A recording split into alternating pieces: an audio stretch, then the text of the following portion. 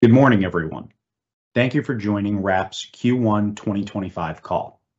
In attendance this morning is Scott Cohen, Chief Executive Officer, and Jared Novick, President and Chief Operating Officer. At this time, I want to remind you that certain statements and assumptions in this conference call contain or are based upon forward-looking information and are being made pursuant to the safe harbor provisions of the federal securities regulations. Such forward-looking statements are subject to numerous assumptions, uncertainties, and known or unknown risks, which could cause actual results to differ materially from those anticipated. These factors are more fully discussed in the company's filings with the Securities and Exchange Commission. The forward-looking statements included in this conference call are only made as of the data of this call, and the company is not obligated to publicly update or revise them. Statements are made during this call do not constitute an offer to sell or solicitation of any offer to buy any securities. Securities will not be offered only by means of a registration statement and prospectus, which can be found at www.sec.gov. Unless otherwise stated, all reported results discussed in this call compare the first quarter 2025 earnings. Wrap's Q1 2025 financial results are as follows. Cash increased to $6.2 million, up from $3.6 million in Q1 2024. Margins increased over 21 points, from 56.6% in Q1 2024 to 77.8% in Q1 2025, with cost of revenues decreasing 73.4%, from $640,000 to $170,000 respectively. Operating loss improved 5.2%, from -$4.1 million in Q1 2024 to -$3.9 million in Q1 2025. Q1 2025 revenue was $765,000. Net income was $109,000 in Q1 2025 as compared to $117,000 in Q1 2024. I will now hand it over to Scott. Thanks, Lou. Good morning, everybody. I'm going to unpack some of the progress from the first quarter, along with some recent insights. We are in the earliest stages of building out our business, along with leading a very important discussion around use of force. In this country, 20,000 people a day are arrested, and 20% of the time they resist. That's 4,000 people a day resist arrest. And 90% of the time, it goes hands-on. Why? Because they're unarmed, they're not an immediate threat, or they're having a mental episode. And 10 years ago, it was very different. Body cams weren't on the scene. Policies haven't shifted the way they're shifting now. And as a result of these policies dramatically shifting, you're seeing big behavior change in the show of force and the use of force around guns, batons, pepper sprays, and tasers. 50% of the time, officers go hands-on, they're getting hurt. And it's causing very large bills to society. Injury, workers' comp, and lawsuits are costing this country billions of dollars a year. And up until now, there's been no solve for this problem. After 6 months of deep conversations with customers, departments, politicians, and various individuals to get data from our program, we finally have enough where I'm going to present some facts that, to me, have been the driving force of what we're doing here.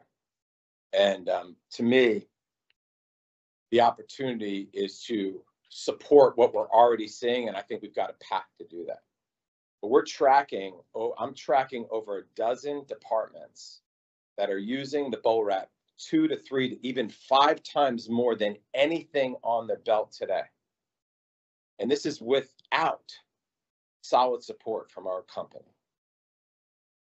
And we know This was a new business. It was a startup 6 years ago. It's a new device. I get it. Lots of turnover, lots of change. That's fine.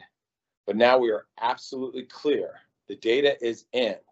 The programs are thriving when we're connected, and we're going to lean into that and support them in ways that just haven't been supported in the past.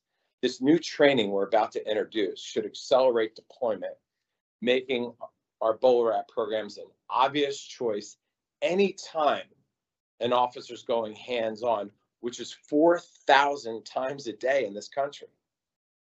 We're proving that BolaWrap makes an officer safer. What's driving all this is data, finally. It's not easy to get this data. We've been at this 7 years. We thought the first 10 body cams, this was 6 years ago, we thought just 10 body cams would put us on the map and everybody, the rest of the country would follow suit. Then the number went up to 100. And then it went dark. Why? Come to find out, use of force is a sensitive topic. Even the FBI struggles with collecting it. They say 60% of departments around the country report on it. But what makes it even tougher is 50% of the time our customers, 50% of the customers, our customers that have BolaWraps don't even view it as a reportable use of force. So if they're not reporting it to their constituents, how are we supposed to know? And so it was getting connected with these customers in very difficult and sensitive conversations. Remember, these uses of force are active investigations or evidence. And if you say the wrong thing or somebody gets a hold of data, this could be reported up and all of a sudden you could have a federal monitor on you and consent decrees kick in and then you've lost control of your agency. So no chief wants this to happen. This is a big fear.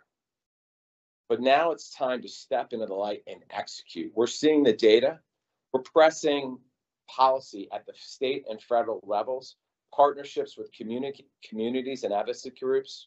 We built out sales and marketing infrastructure in anticipation for a real sweep in this country to get this product out there because we see it's working, and it's working in dozens of accounts to levels that were a big surprise for us. And we know that that's just a starting point, and that's going to accelerate. When that does, it's going to make this device clearly the most actively used device on the belt today. And we're already seeing it in a dozen or so accounts that we've been able to have contact with. And it's not just by a little bit, it's by a lot. And the light needs to be shined on this for everybody to see because it's not going to go unnoticed. This is a very sensitive topic. We've got to solve for something that's causing this country a lot of pain and a lot of money. We have the only hands-on tool in the marketplace with more usage than any other tool on the belt with connected customers. You made the right bet with this device. And with the recent field data received, we are clear this device will be a standard piece of equipment on every officer's belt. The data is coming from the customers. The data is telling us everything we need to know. We're going to lean into it. We're going to make sure that this data is clear. We're going to continue to get more data. And we believe now that we have the right people and the right strategy to make these BolaWrap programs thrive throughout the country and throughout the world. And yes, all the things that we talked about and introduced on our end-to-end solution, that's all coming. But first, we need to support the BolaWrap because it's working. It's working better than anybody knows, including us. And this is great news. It's inspiring, and it's going to drive us to build out this business and create real value for our shareholders. And I think put a place in public safety, make a real place in public safety for the BolaWrap. So with that, thank you all for joining. We're going to take it into Q&A. Jared's going to join me for this. So Lou, I know we've cast it out for questions, and I believe you have a 8 or 9 of them to hit us with.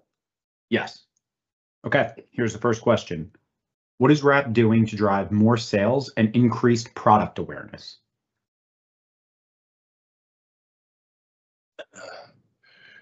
Well, I'll start with this one. I find it to be pretty amazing that we've sold close to over $30 million of the product without real data. The data was really hard to get, but we sold that based on what this product could do and what we thought it could do. But now we actually have the data to prove it, which is new. So we're collecting that. And already the conversations that we've had with some major cities, some departments that can the program, major cities that can the program. In just recent conversation with them on this newly acquired information and data, already they're looking to restart these programs. So I believe data is going to drive everything. So let's just start with the data is going to get packaged in a way for everybody to see what we're seeing, and will make it obvious that BolaWrap lowers the use of force bills, both on workers' comp, officer injury, subject injury, and lawsuits. And it's crystal clear with dozens of accounts, and there's no reason why that shouldn't be widespread throughout this country. There's nothing those accounts are doing that differently that these other accounts can't adapt to. And when we tell when I've been fortunate enough to get in front of some major cities in the last month or so, and the conversation's the same. Back it up, and let's get back into a conversation because we missed it. So look for us. We've tightened up. Now we've gone to we're building up our sales and marketing infrastructure. I said that on the phone. Just said this on the call, and you're going to see a big focus now starting on sales and marketing, because finally we've got the data, which is our narrative. Data is going to drive decisions going forward. It's something that politicians will understand, city leaders will understand, and departments will understand. Jared, you want to add to that one? It's important. It is important. And good morning, everybody. Jared Novick. Look, we're not in the business of selling snake oil. That's how a lot of these conversations start when I talk about it. We have a responsibility to shareholders and to our communities.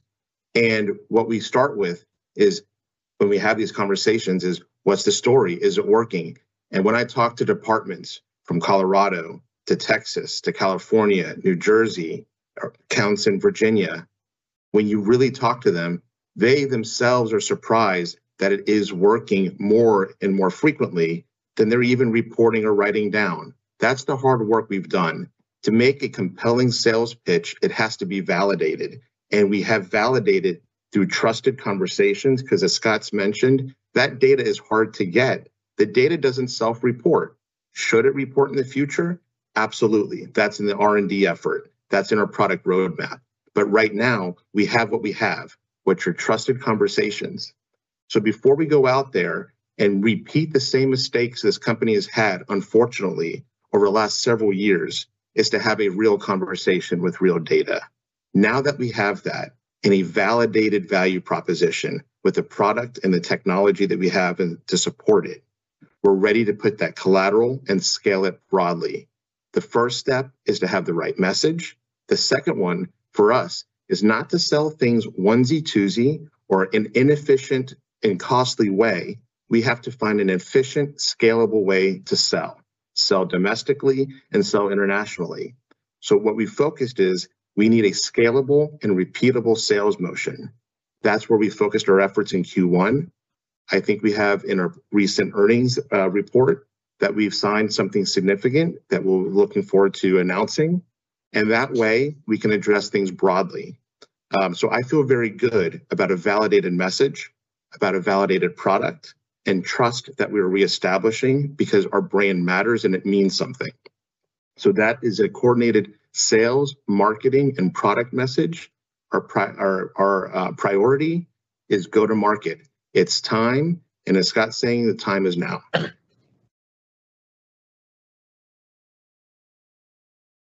Great.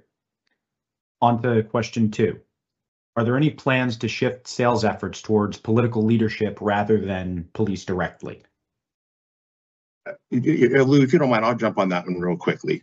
I'm actually calling from Washington, D.C. today. The answer is yes, and absolutely.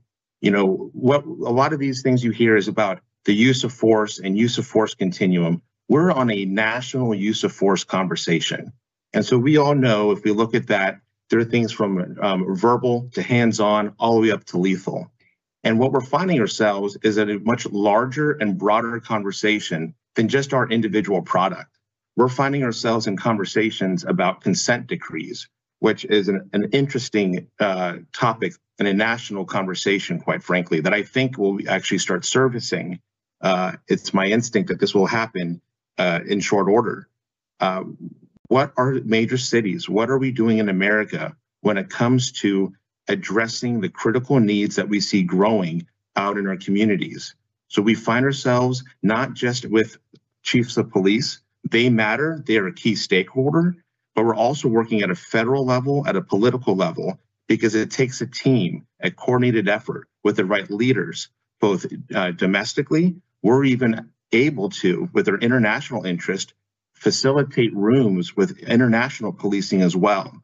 This is a global issue, and I know everyone feels that. They see the potential. This is a huge opportunity. It's on our responsibilities collectively to lead that conversation. So our sales and marketing is not just focused on the individual buyer, which may be a police chief, or it may be a city risk manager. It's actually, coordinated through political motions. It's time we do that. That's part of our federal strategy. And more recently, as everyone knows, we've actually able to scale through W1 and their talented personnel, industry and government contacts that are in play today that are valuable for our cause. And so you can have confidence, not falling asleep at the wheel here. We recognize that it's a critical element to our planning, and we're executing on that. I'm going to add one thing to that. The same data that we're now reintroducing to chiefs and trainers and lieutenants and everybody in our ecosystem that we're positioning this product with, that the data is even a bigger sell to the politicians. And we're seeing when we're flashing and presenting now, even though it's not as complete a set as I'd like, it's enough. And we're seeing the reactions from the politicians. It's kind of mind-boggling that we're able to position this before the way we did. And like I said, sell as much as we've sold, but now it should be a lot easier because we've got backup finally. It's not just the body cams were great and it showed what it was able to do, but it wasn't enough. So now we're able to quantify it in ways that we haven't been before. And I think this is the unlock. We're at that moment where we just should be unlocking the whole ecosystem. Now, look, I'll give a concrete example of that, just because I think the numbers matter. I'll give you an example of an example in Colorado. Again, because the sensitivity of data, I don't want to do an attribution to the department level. But in a 12-month period, in their crisis response teams or CIT teams, they have BolaWraps on the order of about 50. In a 12-month period, they've used it about 28 times, which is more than twice a month. When we ask them in confidence, how are other uses of force happening that's on the belt, it far exceeds that. And I would say that electronic weapons are below that number, even though there are more electronic weapons on the belt. It's extremely validating to know that you have empirical data measured. Even when BolaWrap has a small number of deployments, the frequency of use is up. And even with a wider deployment of other things in the traditional belt, that's less frequently used. So this is validation that we do have a place on the use of force continuum. We have to give someone an opportunity to have an advantage to do something responsibly for their safety, for the community safety, to answer this right now. So I think it drives home the point, and this is the same thing that politicians want to know, are where is it working, what is the data, and it's a very positive message. I'm going to riff just on that. A major city of ours and largest customer spoke to 6 months ago. We had a meeting with the chief and his command staff, and we asked him what a successful BolaWrap program looks like to him. And his response, he thought about it for a second. He was a little off guard by the question. He hadn't thought about it before, but then he reflected and said, usage. Show me that this needs to be go-to. I want to see this be the most actively deployed the device on the belt. And so we took that back with us, and we started focusing on really hammering down on the data and really looking at that. And this is what's driving us. And in his department right now, the usage is trending up. And as a result of a new policy that came into place about 8 months ago, the usage of the other devices, this is a major city here, have dropped by close to 60, almost 70%. Okay, so here we have a major city that, granted, our program hasn't taken off. It's decent. We've just retrained them, but policy went into place that took the other devices, taser, pepper spray, baton, and gun, and dropped it by 65%. And you know what happened? It's now hands-on, and they are going straight, and it's become a hands-on environment, and that's where we fit in. Usage is going down on the belt because of policy. It's becoming harder and harder to use what's on the belt today. And quite frankly, this is kind of happening organically for us. I mean, the policies, we didn't force these policies. They're just, it's happening. And we're seeing it change behavior. And I believe that's part of the tailwinds that's driving deployments. And we now have a way to better support it. We're armed with our mistakes and some of our successes. We're putting it together now and presenting a new way to go to market and a new way to train that's starting to take hold. Great. Lou, let's go to the next one. Next question.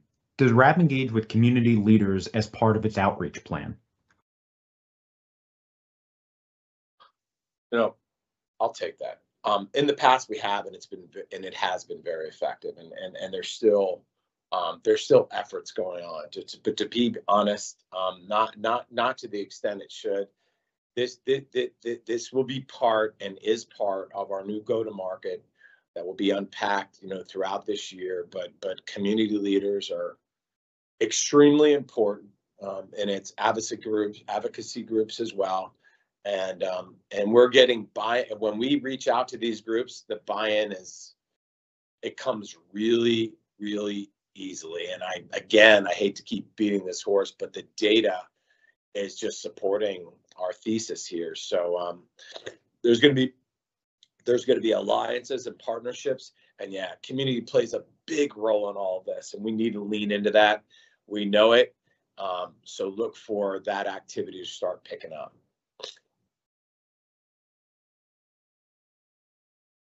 Okay. Next question. How will the end of Governor Youngkin's term and a potential new candidate impact WRAP's outlook in Virginia? Hey, Scott, I'll take that one. Look, I think the impact should be negligible. This is the mental behavioral emergencies across America, and particularly in Virginia, that applies to both sides of the aisle. Neither side wants to have a bad answer to what are we doing with communities in need, kids with autism that are going through an issue. I mean, this is a publicly visible issue. Violence is not the answer on some of these, in many of these cases. And so the connections we're making now and the momentum that we're building will persevere through political changes, left or right. Granted, in America, there are a lot of topics that are polarized and the pendulum swings. This is not one of them. And so we're building lasting and trusted connections, preserving the momentum we have now. And in our efforts, both in Virginia and federally, the work we're doing along the political leaders are attractive, right down the middle issues. And so I feel that when we do the right job and the right messaging, that the impact should absolutely be negligible.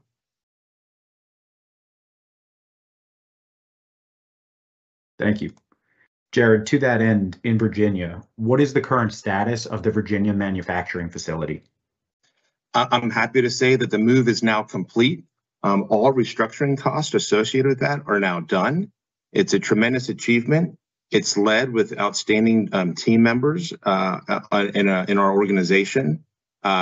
We are now completely out of Arizona. The facility in Virginia is a temporary facility as our new building that was coordinated through Governor Youngkin's office in Virginia Economic Development is underway and expected to be completed at the end of the year. Given our inventory levels, which is a positive thing, we're able to meet demand as we see right now. Should we need to develop more BolaWraps, we have already in our inventory the raw materials to convert them to finished goods for both BolaWrap 150 and the cassettes. So we're in an outstanding position. We've moved quickly. We are now positioned and aligned fully in Virginia. We can meet demand with existing inventory. We have new people and created jobs in Southwest Virginia. And so Lou and Scott, and I'm happy to report that that's all complete. Great, thank you. Next question. Can you provide an update on international orders, specifically Chile and Italy? I'll take that. Italy, I don't have an update on, but let me just shed some light on Chile since it's a big event for our company and a lot of eyes on it, obviously.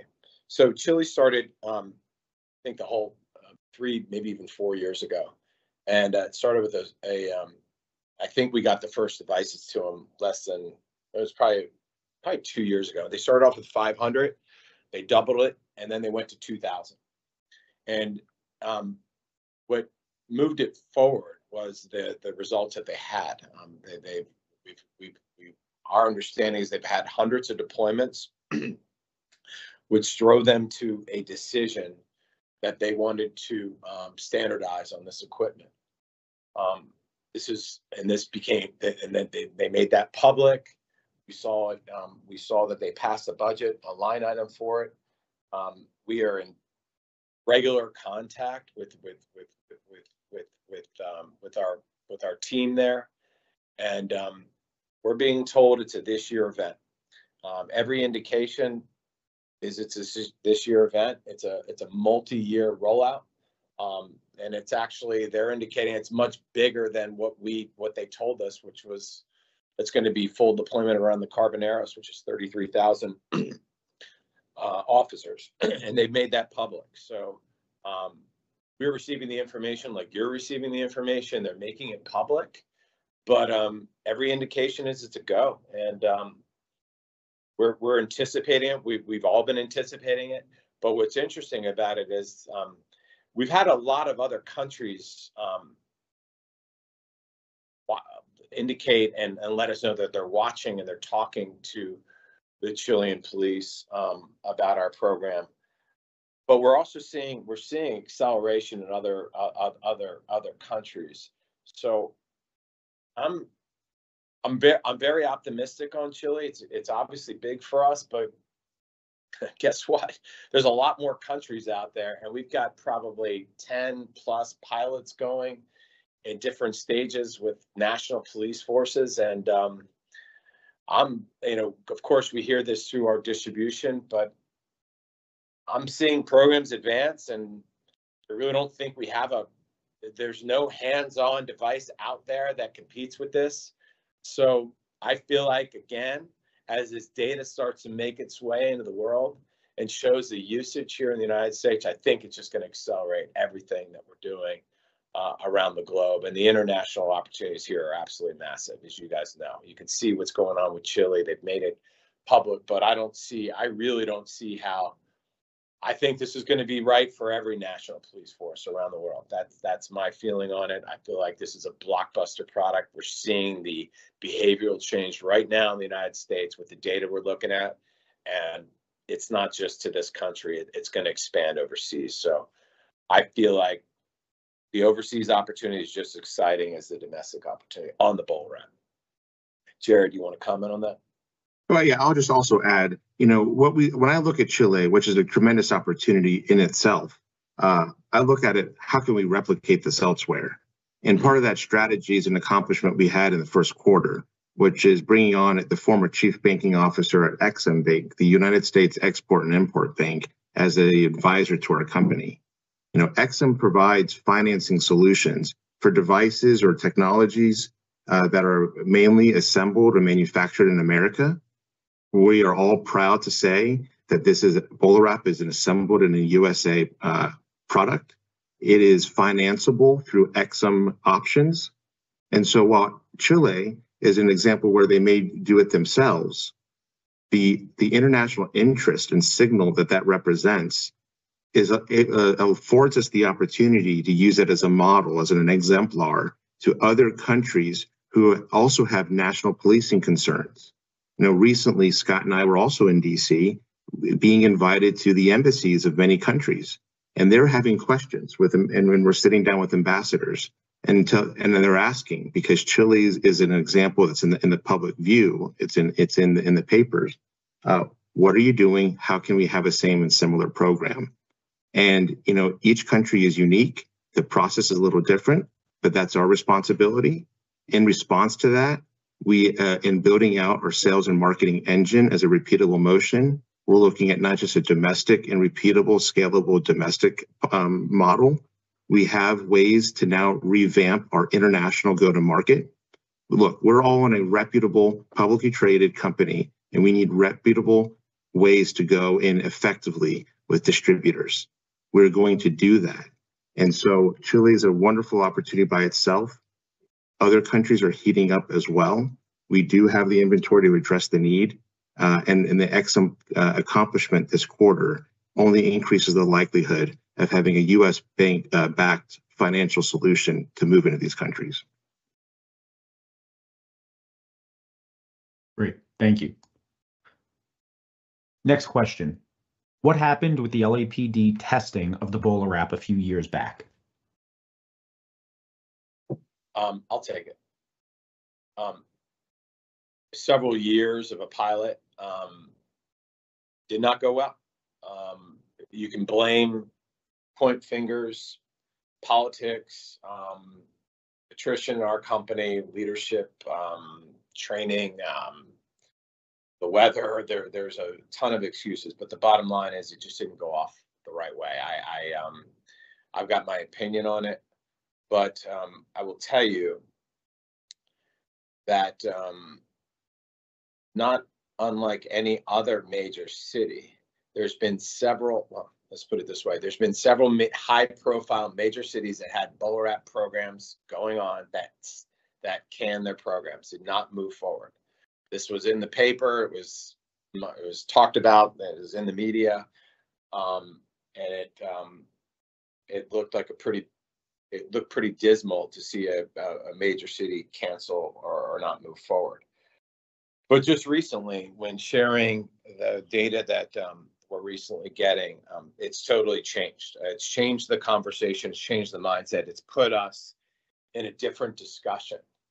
And I would not be surprised if LA or any major city that's had the BolaWrap program, that's thinking about a part that, or we will be in front of soon with these results, have a very hard time believing they're just not going to move forward with us, because the data is speaking for itself.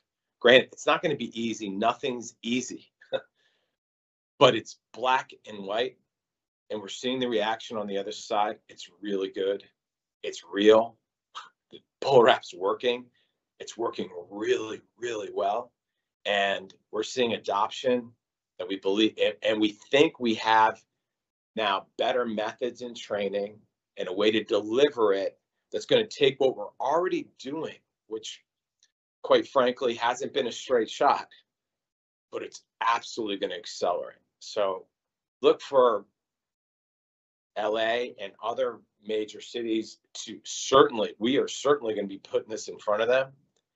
And we believe it's so compelling that they're just going to have to start their programs again. That's my view on it.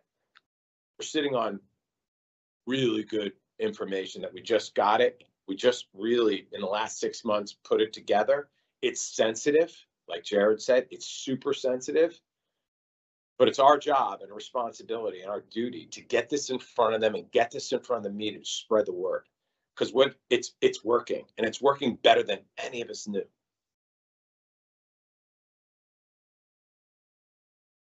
Great, thank you. Final question here. With all of these new hires, is Wrap building something similar to Kroll Associates? Hey, Lou, I'll take that one. Kroll Associates is a model that I'm familiar with, and the answer to that is in some ways yes, we are. In some ways, no. How are we doing something similar? We have tremendous talent that we've able to pull together more recently.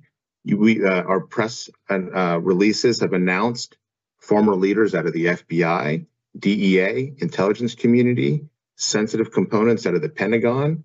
And so these are individuals with highly accomplished careers that have global networks, sometimes with other national police or other government agencies. And in that way, that's a model in some ways that the Kroll has used to expand their global footprint and form trusted relationships in the private sector that are putting to use a lot of the tradecraft and methodologies and technologies that were formerly only used in the government, but now are being given to private companies and high net worth individuals. So there is overlap in that way. The way that it's different, and I think this is a very important note to make, is that what's the revenue model behind it? Professional services, while it gives an immediate opportunity for revenue growth, can at times be bumpy. And we know that we want to build a scalable technology, tech-enabled business. So the way that we're dissimilar, and I know Kroll has evolved as well, is that what we're going to do is have these individuals be more of a managed service that support our BolaWrap program today. Many of these are law enforcement professionals that give us the credibility and prestige that this technology requires.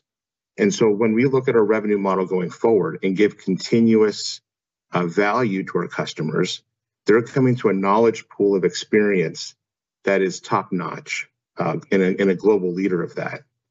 And when it comes to their investigative services or their support across technologies, look, technology is wonderful and so is AI, but there's still a human connection when it comes to corporate clients, global 100 customers, high net worth. You need to have the experience and the tradecraft to apply those technologies. So when it comes to revenue models, we are going to have a managed service that's tech-enabled and a recurring business line there that is both bolsters the BolaWrap program and expands our offerings to increase revenue expansion. And I'm going to add to it. It was a thought and a theory before the acquisition, but we knew after lots of meetings with them that we realized they have reach, deep reach, not only in our State Department, but embassies across the world. And we thought that they could help us get information in country and help us push through embassy to shine light on our program and get the backing from the U.S. in country. And it turns out that some of our biggest opportunities right now overseas, we're able to work through our embassies and support our distributors and what's happening on the ground in these countries in ways that we never were able to do in the past. And that is being well received with our distributors. It's giving us another connectivity point that we never had before. And with this financing option that Jared mentioned coming through Exim Bank, it's a very good value prop with good relationships, solid relationships that go back, a whole careers. And I think that teamwork with the local on the ground blocking and tackling that's going on with our reach through embassies and State Department and the W1's global network, it's really allowing us to get much more clear and get much more intentional about where to spend time. And we're seeing the effect of that. And I believe it's accelerating deals, and it's actually making these opportunities bigger. So the W1 acquisition is it's just more than the investigative side. It's much more than that, and it's actually turning out exactly what we thought, which was going to help us accelerate deals, large deals overseas. So we're very pleased, and I think we're ahead of plan already. So they're doing great, and it's capability we never had, and it's at the end of the day, you're talking about people and relationships and teamwork, and it feels really good, and we're off to a great start. Lou, Great. I think, is that the last one? Yep, that was the last question. And this concludes Wrap's Q1 2025 earnings call.